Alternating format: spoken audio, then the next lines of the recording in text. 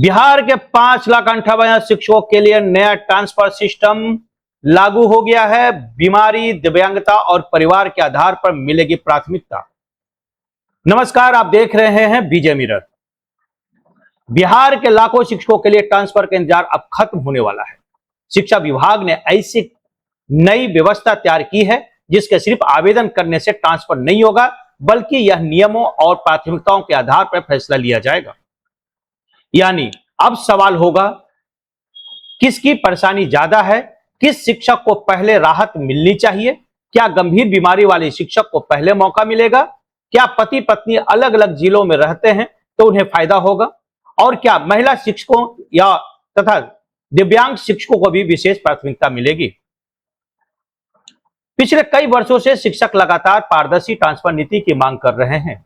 कई शिक्षक घर से सैकड़ों किलोमीटर दूर नौकरी कर रहे हैं। कुछ गंभीर बीमारी से जूझ रहे हैं तो कुछ के परिवार अलग अलग जिलों में रहते हैं।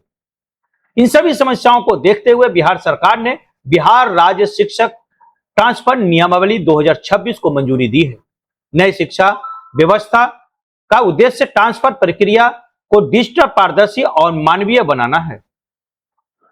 नई व्यवस्था के तहत आवेदन से लेकर सत्यापन, प्राथमिकता तय करने और अंतिम आदेश तक पूरी प्रक्रिया ऑनलाइन होगी। इससे शिक्षकों को बार बार कार्यालय के चक्कर नहीं लगाने पड़ेंगे और रिकॉर्ड भी डिजिटल रहेगा।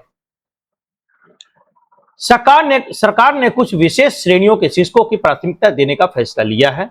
इनमें से शामिल है गंभीर बीमारियों से पीड़ित शिक्षक,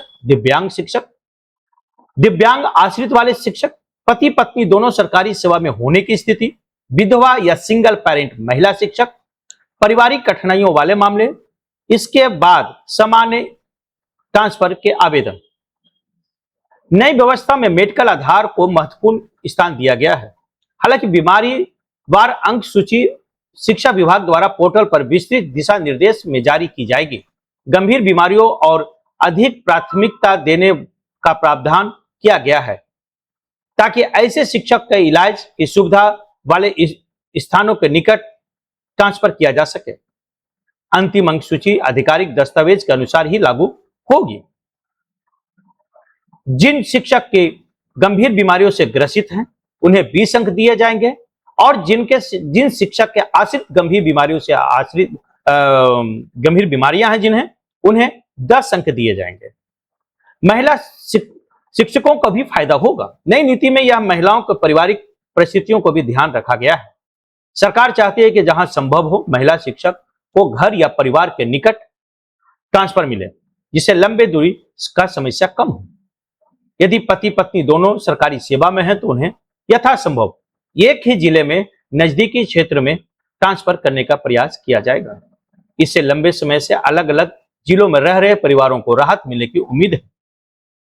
नई नियमावली के अनुसार सामान्य परिस्थितियों में ट्रांसफर के लिए न्यूनतम सेवा अवधि का प्रावधान रखा गया है। इच्छुक टीचर निर्धारित समय पर ऑनलाइन आवेदन करेंगे और खाली पद, शिक्षक छात्र अनुपात तथा विद्यालय की आवश्यकता को ध्यान में रखकर निर्णय लिया जाएगा। यदि किसी स्कूल में पहले से शिक्षक की कमी है तो वहां पर बड़े पैमाने पर ट्रांसफर नहीं किया जाएगा। सरकार का कहना है कि छात्र की पढ़ाई प्रभावित नहीं होनी चाहिए, इसलिए ट्रांसफर और स्कूलों की जरूरत दोनों के बीच संतुलन बनाकर रखना होगा। नई व्यवस्था ने शिक्षकों को राहत जरूर मिलने की उम्मीद है, लेकिन इसकी सफलता पर इस बात पर निर्भर करती है कि ऑनलाइन पोर्टल कितना पारदर्शी रहता है। तो इस तरह की थी बिहार की शिक्षा ट्रांसफर से जुड़ी अपडेट। अगर आप भी शिक्षक हैं तो आपके परिवार में कोई शिक्षक है तो इस वीडियो को उन तक जरूर शेयर करें ताकि उन्हें नई ट्रांसफर नीति की पूरी जानकारी मिल सके। बहुत बहुत धन्यवाद।